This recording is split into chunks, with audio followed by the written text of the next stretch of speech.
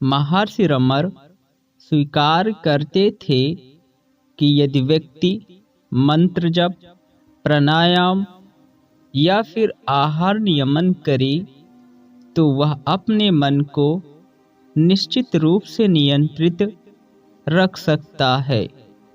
लेकिन यदि व्यक्ति गहराई से मैं कौन हूँ इसकी खोज करे तो उसे आत्म साक्षात्कार शीघ्रता से हो सकता है।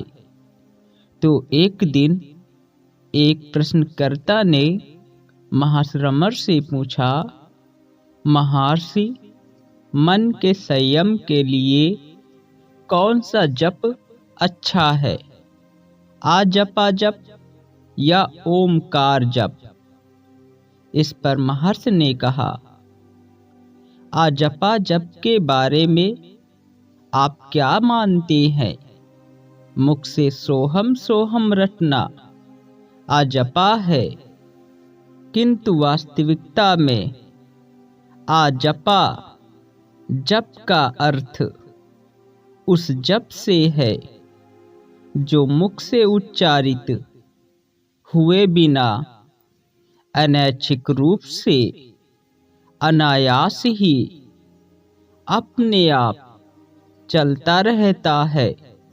इस वास्तविक अर्थ को जाने बिना लोग यह सोचते हैं कि मुख से सोहम सोहम जप हजारों लाखों बार उंगली से या माला फेर कर किया जाना चाहिए। जप का प्रारंभ करने से पहले प्राणायाम अवश्य करना चाहिए, ऐसा शास्त्र विधान है। अर्थात पहले प्राणायाम करें, उसके बाद मौखिक जप शुरू करना चाहिए। प्राणायाम के दौरान मुख बंद रखना होता है। यदि प्राण की गति रोककर शरीर के पांचों महाभूतों को एक साथ बांधकर उनका संयम किया जाए तो से सच्चा आत्मा ही रहता है। स्वयं आत्मा हमेशा अपने आप अहम अहम दोहराता रहता है। यह आजपा जप है।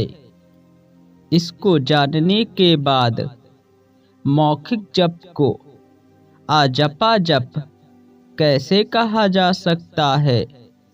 सच्चा आत्मा अपने आप अनैच्छिक रूप से अखंड तैल धरावत अंतहीन रूप से जप करता रहता है। उसका दर्शन करना आजपा जप या गायत्री या सब कुछ है। यदि आप जाने कि जप कौन कर रहा है तो आप जान लेंगे कि जप क्या है। यदि आप तलाश करें और जानने का प्रयास करें कि वह कौन है जो जप कर रहा है तो वह जप स्वयं आत्मा बन जाता है। फिर आगे उस प्रश्नकर्ता ने पूछा, महर्षि, तो मौखिक जप से कोई लाभ नहीं है?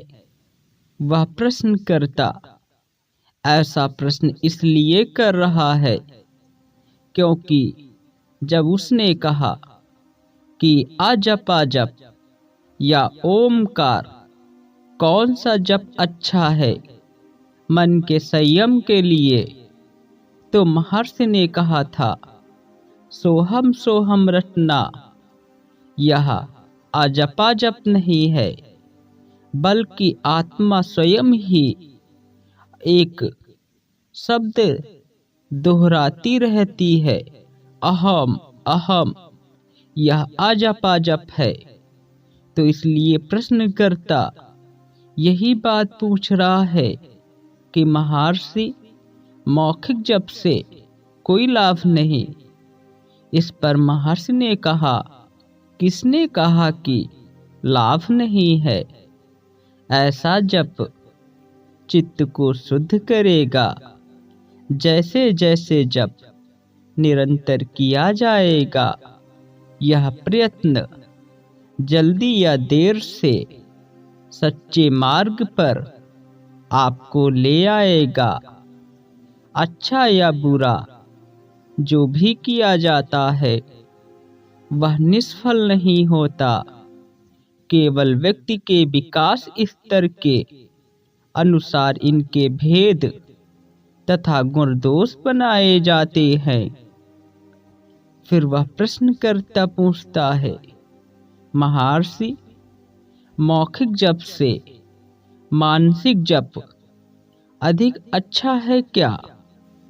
इस पर महर्षि कहते हैं, मौखिक जप ध्वनि रूप में होता है और ध्वनि विचारों से उत्पन्न होती है, क्योंकि विचारों को शब्दों में व्यक्त करने से पूर्व सोचना पड़ता है।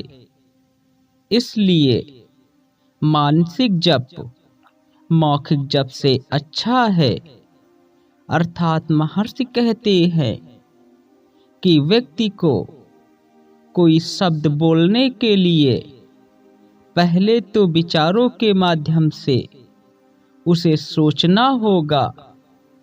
तो क्यों ना हम सोचने पर ही उस जप का निरंतर अभ्यास करें, जिसे मौखिक रूप से हम करते हैं। यहाँ पर यदि हम सिर्फ सोचने की क्रिया में ही उस जप का निरंतर अभ्यास करें जो हम मौखिक रूप से करते हैं, तो हमें शब्द नहीं बोलने पड़ेंगे और दूसरा हमें सोचना नहीं पड़ेगा। सीधे हम उसे मानसिक रूप पर बोलते रहेंगे। इससे मानसिक जप वास्तविकता में मौखिक जप से अधिक अच्छा है। फिर आगे उस प्रश्नकर्ता ने पूछा, महर्षि हमें ध्यान के साथ साथ मंत्र को मुख से नहीं बोलना चाहिए क्या? इस पर महर्षि कहते हैं, जब जप मानसिक बनता है तो ध्वनि की क्या आवश्यकता है? मानसिक जप को ही ध्यान कहा जाता है। ध्यान चिंतन तथा मानसिक जप एक समान है।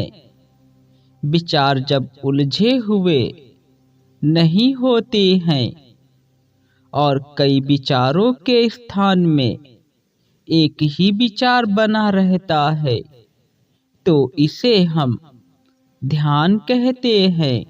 जप अथवा ध्यान का लक्ष्य यह है कि बहुत सारे विचारों को हटाकर केवल एक ही विचार को बनाए रखना।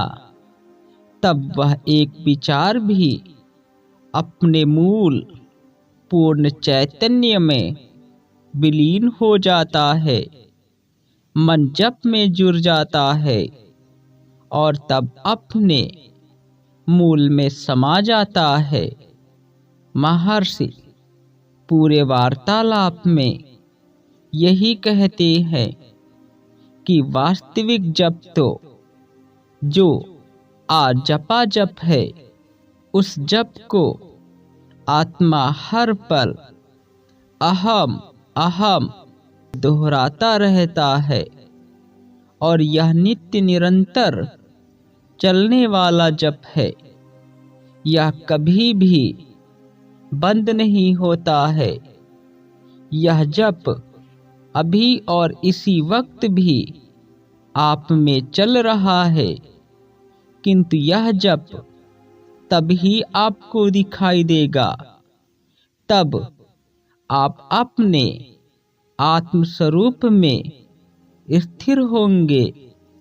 लेकिन इस जप को सुनने के लिए पहले आपको मानसिक जप या मौखिक जप करना चाहिए। इन दोनों जपों से आप अपने मूल स्रोत पर पहुंच जाएंगे और वहां पर आप इस आजपा जप को सुन सकेंगे। महर्षि कहते हैं, मौखिक जप से अच्छा मानसिक जप होता है।